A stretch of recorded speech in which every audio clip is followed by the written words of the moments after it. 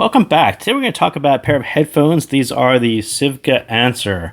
So I've done some headphone reviews. I still have quite a few headphones.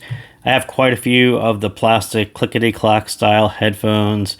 That is not what the Anser is. And you kind of right off the bat, wood cups, metal hardware, padded headband, super cushy cushions, at $200, this is kind of about what I would expect. It's actually quite a nice build. Those of you familiar with SIVGA, this is, I think, somewhere in between. It's kind of right in the middle. They do have some cheaper models. This one's about $200, so they do have some that are under $200.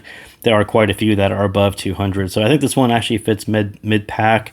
But what kind of, I think, sets it apart is for the price, you get the wood shells, you do get the open back, and the headband is actually kind of nice. The cable is actually pretty appropriate. I don't like the super heavy, really thick headphone cables because they tend to be a little bit longer and a little bit heavy, and they're kind of weigh you down a little bit, get kind of caught up on your desk. So I think they actually did pretty good. And I'm sure someone will point out that it's too thin or something, but I think it's actually very nice for a headphone cable. And for my use case, it's actually pretty nice. But yeah, so the bottom, you kind of have the brass or the gold-plated hardware. And as I said, the swivels are actually quite nice. The tilt is actually quite nice. It's just really kind of a nice build, kind of actually what you would expect at about $200. So let's kind of move these to the side. What was probably not expecting is I think people like those big brown SIVGA cases. On this one, you do get the hemp bag, and it's kind of okay. I didn't actually use it.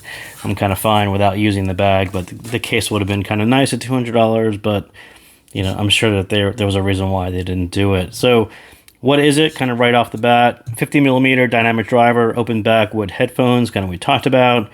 And I think the first marketing point is they call it powerful and clean bass. And I tend to notice how the marketing people organize their priorities when they're talking about a specific product, and powerful clean bass is kind of right at the top. And I think that is the main characterization of the sound. It is lower centric, it is bass centric, and there are advantages of this style. It has a very safe, warm, familiar tonality for new users.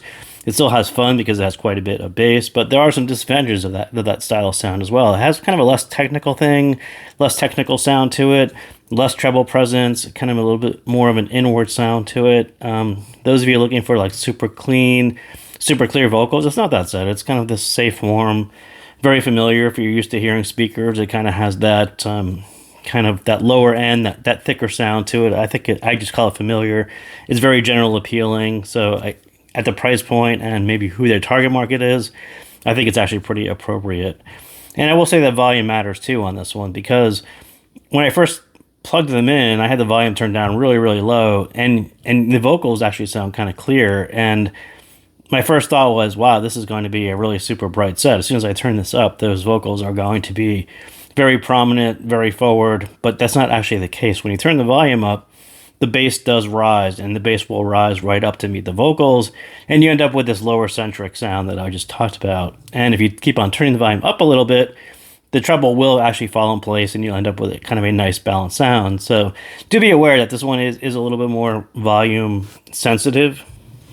So when I say that it sounds a little less technical and less treble presence, if you find yourself in that position, do turn the volume up a little bit, and the bass will sort of rise a little bit, the vocals will rise a little bit, but the treble will actually rise a little bit more and fall in place. And every set is sort of different in how it responds and its sensitivity to volume, and this one is just kind of one of those sets that the vocals happen to come out first, and then the bass will rise up to meet them, and then the treble will fall in place kind of as you keep on turning it up. So I thought it was kind of interesting. I haven't heard a set of headphones that actually did it in the way this one does it, but do be aware that, when I say it's less technical, just turn it up a little bit and it will sound a little bit better and a little bit clearer if that's your thing.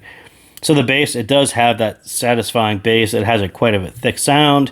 It has that heavier upper sub bass, mid bass, right? It's open back, so it doesn't have that super extended rumble on the sub bass, but the kind of the bulk of it is shifted a little bit up right into that maybe kind of that split between the sub bass and the mid bass, and that sort of presence, and it gives you the thickness in the body and that very familiar, natural sounding vocals. That style comes right from there, from the body, and that's exactly where these sort of have their emphasis. And on the mids, again, where the lower centric either works for your preference or not, right? If you are really into thicker sounds, kind of this safe, warm style, I think this will fit right along with you. If you are really into, and I would say it has a natural sound in that there's enough presence right up into those upper mids, and that's sort of where the bulk of popular music lies. The downside of that will be the less treble presence. Those of you who are looking for sharper, more resolving mids, you'd prefer the balance to be shifted a little bit up range. And again, like I said, you can get there a little bit with volume, but tuning wise, this one is still going to be shifted a little bit lower in the range, and that is going to appeal to some people. Some people will really prefer to be shifted, instead of being slightly below the midpoint, they would prefer to be slightly above the midpoint. You guys are probably going to, enjoy some other SIVGA model other than Anser. On the treble, again, the treble level is very relaxed. It's very safe. It becomes more lively at higher volume, and it really opens up. But the safe level does work here. But tick the volume up, and that will provide a little bit more balance to the bass. The treble level will rise, but not to the point where it changes the character of that signature. It's always going to be kind of a safe, non-distracting, no fatigue style. It's really nice to listen to for very long sessions. There isn't kind of any brightness or anything that is going to distract you or give you any fatigue or any of those other things that you expect on a more treble heavy set. So, but do be aware that it is quite a relaxed. I would call it very safe. It's kind of right there at a general appealing level, and at the same time, the treble level is a little bit more relaxed.